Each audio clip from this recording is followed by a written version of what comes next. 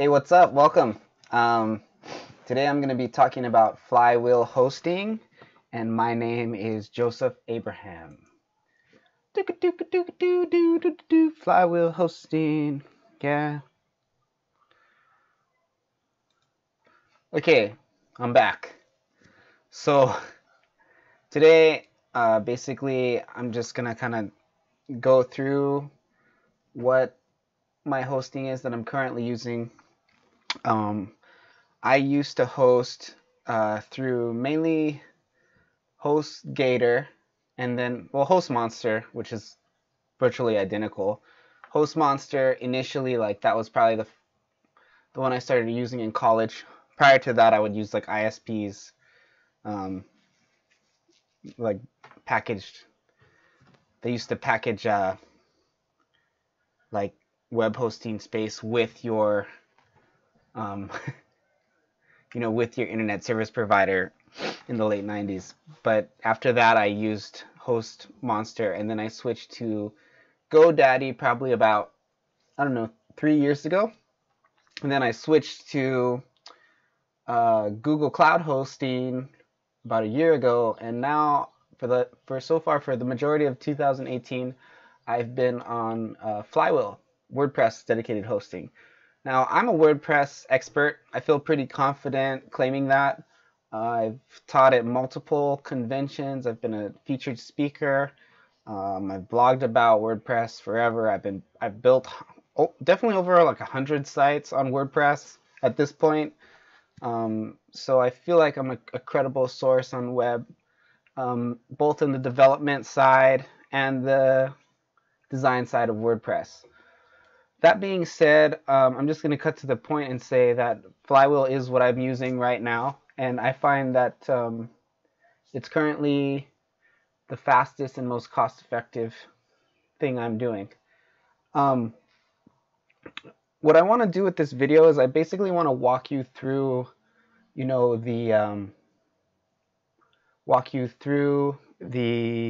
login and kind of let you see what it's like, because if you do make websites, Flywheel has kind of a substantially different approach to the way they organize everything, and I think it works. A lot of my skills have ironically come obsolete, and I think for a lot of developers, losing a lot of that ground that you spent all these years developing, it's a little bit of a frustrating thing, but I mean, that's part of the deal when you're working with technology. You're always going to have to change your stance, and actually that's why it's fun. That's why it's a fun job. And the opposite extreme, it's much worse to be stuck in a rut doing the exact same thing for 60 years of your adult life. So that's why I like WordPress. WordPress is a very dynamic system. Okay, so let's get into our Flywheel here. Okay, so right now this is our dashboard. You can see all these sites. I'm moving a site right here. You can kind of see Chrissy Powers. And I'm going to be moving some more sites and making some more sites over. I got a bunch of sites I got to move over to Flywheel.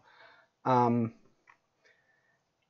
originally found out about Flywheel through an agency that I was working with called Canali Communications. It's a life science-based agency that works with life science-based companies. And, they got pushing into the triple digits, the amount of websites that they manage.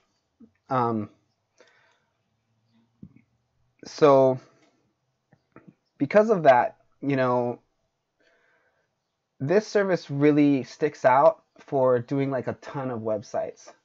When you get too particular in the way you're hosting, it just tends to become time consuming.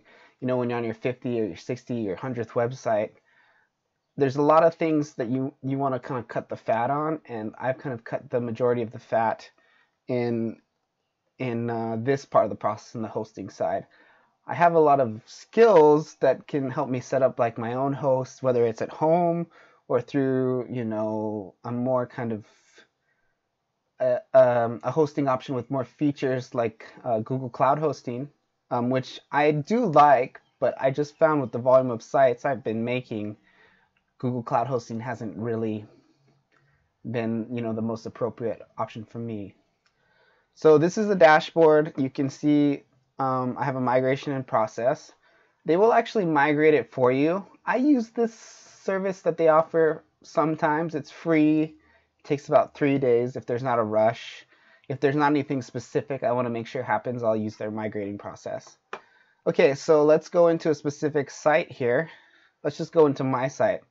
So if you were on this page and you were to click here, it would bring you to this page. Now you can set up who owns the page, and you can set up what you want your other domains to be.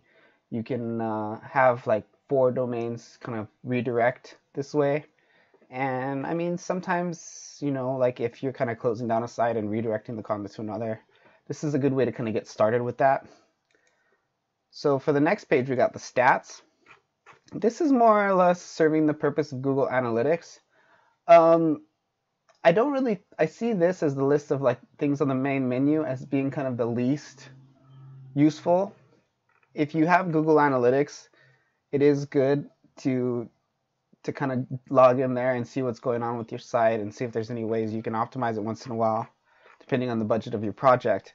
But sometimes every once in a while, Google Analytics will fail because Google will update their API, or just something random will happen that you didn't predict, or somehow something about your site doesn't, or like a plugin that you're using to kind of communicate with your Google API may not work. So it's always good to have a backup to kind of keep track of how much traffic is coming in case something goes wrong with your Google Analytics page. So that's where this is useful. There's also one more feature down here where you can see your CDN, and the value of this stuff is you can see how much how many visits you can get, how much more storage you can use on your site, and then if you have a CDN, you can see how useful your CDN is. And actually, I'm not 100% sure, but I think once you go over 100 gigs from my specific plan, then you no longer get CDN access, so that could possibly slow your site. But you can see I'm obviously well within the means on my personal site. I don't really blog super often, so it's totally understandable. Okay, let's go over to add-ons here. This is how you set up your SSL. It's just like a turn on, turn off kind of thing. That's really how it should be. From a hosting perspective, setting up SSLs is not expensive. It's pretty much free. So when all the other services are charging you like 20 to 100 bucks to get an SSL certificate on your site, it's kind of a baloney extra charge. It's kind of like they got you in with a cheap initial hosting, and then it's kind of an add-on that they make money out of. But really, I've never been a fan of that approach. I'd rather kind of be honest and put the money up first, This is where you can add a CDN. I haven't added a CDN to this specific site because the way this site is formatted, it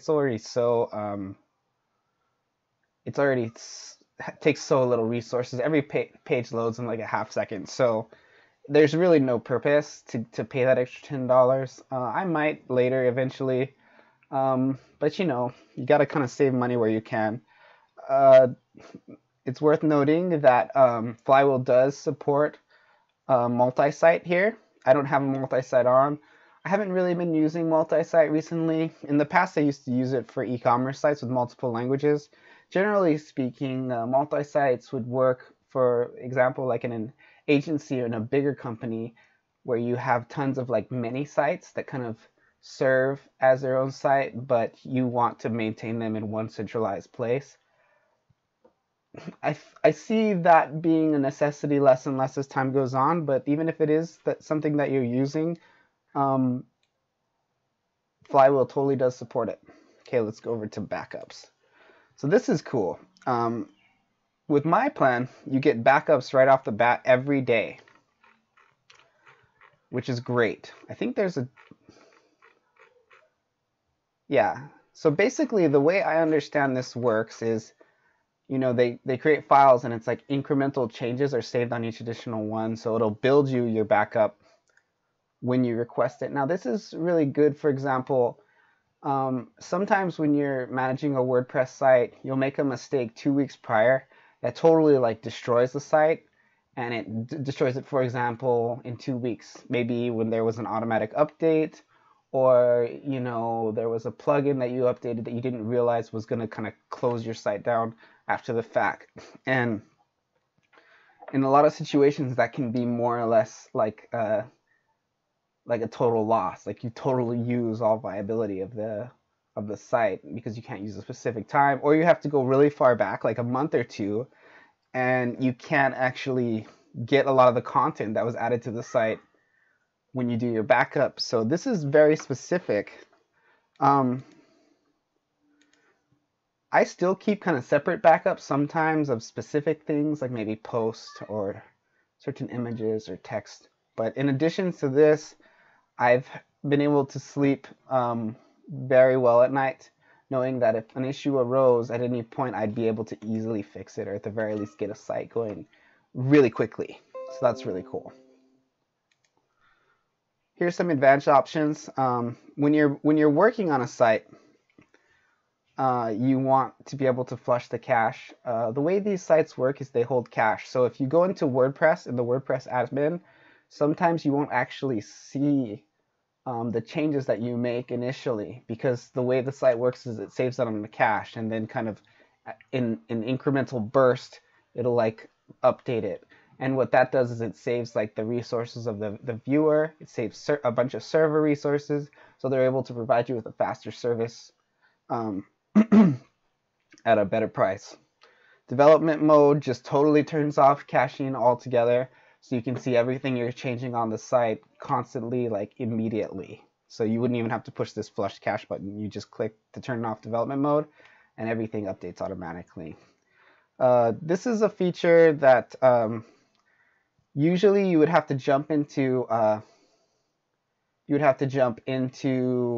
FTP and kind of edit the config file to get this functionality, to get to WordPress debug mode.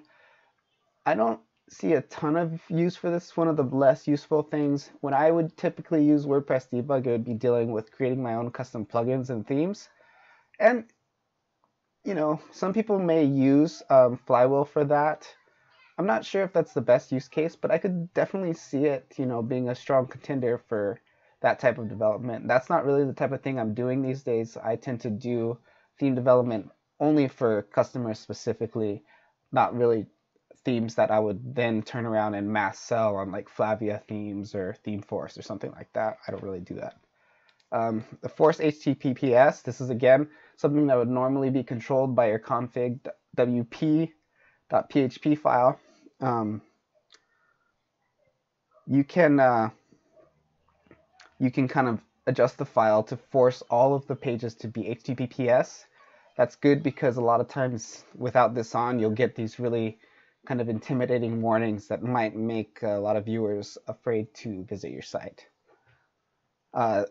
Here is something I want to talk about, and I'm going to get more to it in the next kind of page. But Flywheel has a really great staging setup.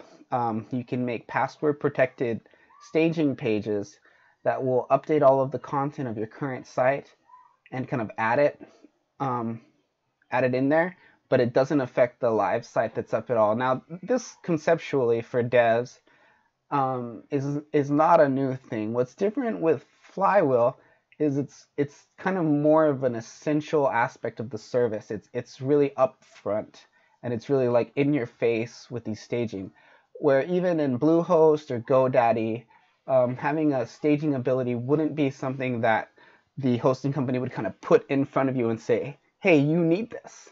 Where with Flywheel, they do. It's like they know all the good practices, and they're like encouraging you to take them, which I appreciate, because you know, being a full stack dev, it's just like there's so many things to know, and whenever you can kind of save a little bit of thought currency, it's very welcomed these days. I've kind of learned, you know, over the years that that's a good way to go. Export logs are just like PHP calls and server messages. Sometimes if your site is broken, specifically in theme and plugin development, you can see exactly where something broke, and that'll help you to troubleshoot your dev process. Let's jump into the billing page. So I have a bulk plan. I get, 100 sites and then you pay so much a month. I don't want to say the exact price because I think that might vary from person to person based on when they started. But yeah, I will say though that when you get into like 50 pages or 100 pages, it tends to be really cheap. Okay?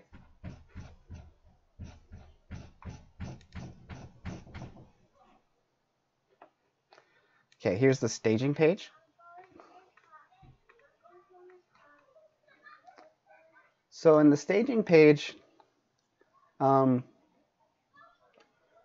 can see all your options here. This is where when you're making a staging site and you want to push the staging live, you can. So you just push this button and then it goes live. Again, this is where you can flush your cache on the staging as opposed to the regular. WordPress debug, same thing. This is all the same options for your staging. Okay, well that pretty much sets it up. I'm gonna go and answer my nephew here. He wants to come in here and hang out with me. Maybe I'll go get him. Ioane! And after that, I'll let you go.